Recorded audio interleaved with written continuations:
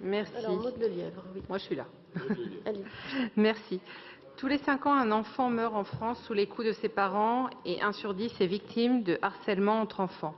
Ces chiffres nous rappellent que le phénomène déjà existant depuis longue date de la violence exercée sur les enfants est amplifié par l'explosion des réseaux sociaux. Entre mars et avril 2020, lors du premier confinement, le nombre d'appels au 119, le service national d'accueil téléphonique de l'enfance en danger, a augmenté de 25% avec plus de 700 appels par jour. Par ailleurs, des chercheurs français ont observé que sur la même période, dans l'ensemble des hôpitaux publics et privés de France, le nombre d'hospitalisations pour violences sur les enfants de moins de 5 ans a augmenté de 50%. Si ces chiffres s'expliquent d'une part par les conséquences économiques et sociales liées à la pandémie et au confinement, souvent dans des appartements trop petits, mais ils s'expliquent aussi par la libération de la parole des voisins qui ont osé prendre davantage leur téléphone pour alerter. Avec ses 380 000 enfants, soit 20% de la population parisienne, la ville doit être concernée par le sort de ces enfants. Et nous nous réjouissons de l'adoption de ce premier plan aujourd'hui que nous soutiendrons et nous souhaitons apporter une attention complémentaire à 3 sujets. Le premier concerne la violence faite aux enfants en situation de handicap.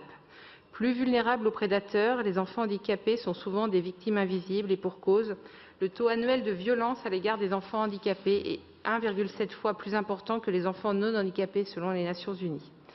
Si recueillir la parole d'un enfant victime de violence est difficile, cela l'est d'autant plus pour des enfants non autonomes qui souffrent parfois de troubles de la communication, de troubles émotionnels.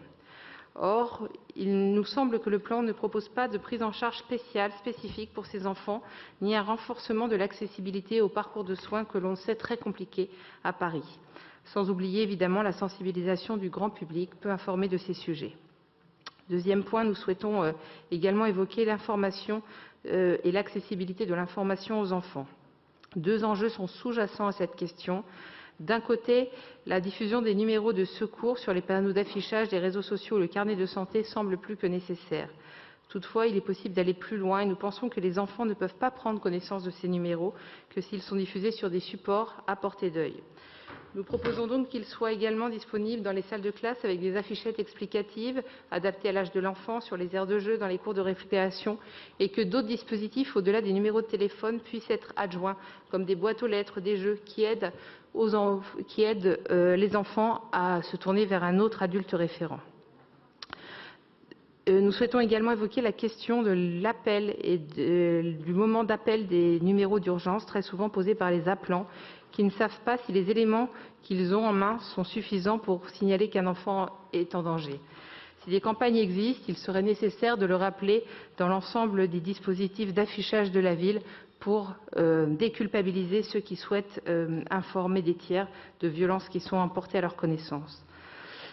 Nous proposons également, dans le domaine scolaire, dans lequel la protection de l'enfant est primordiale, que les écoles, quelles que soient les écoles, puissent faire l'objet d'un plan d'information et de communication, notamment pour les violences scolaires et les violences entre enfants, afin que les directeurs n'aient pas la tentation de cacher les violences qui pourraient nuire à la bonne image ou à la bonne réputation de leur établissement, qu'ils n'aient pas la tentation de minimiser des faits de violence entre enfants, mais qu'au contraire, ils puissent se saisir et être accompagnés, quel que soit le type d'établissement scolaire.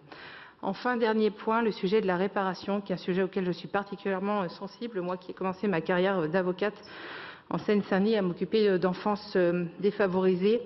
La reconnaissance et la prise en charge d'un trouble de stress post-traumatique chez l'enfant victime est un enjeu de santé publique important au regard des troubles qu'il risque de développer, troubles du comportement, troubles de développement psychomoteur, troubles de la personnalité, troubles de l'attachement, difficultés scolaires, troubles de la mémoire, troubles relationnels, perte de confiance en l'adulte, conduite à risque avec conduite délinquante ou violence envers soi-même.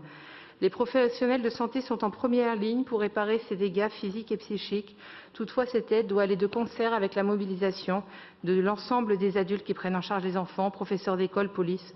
Sur ce point, prévoyez-vous des dispositifs complémentaires? Merci.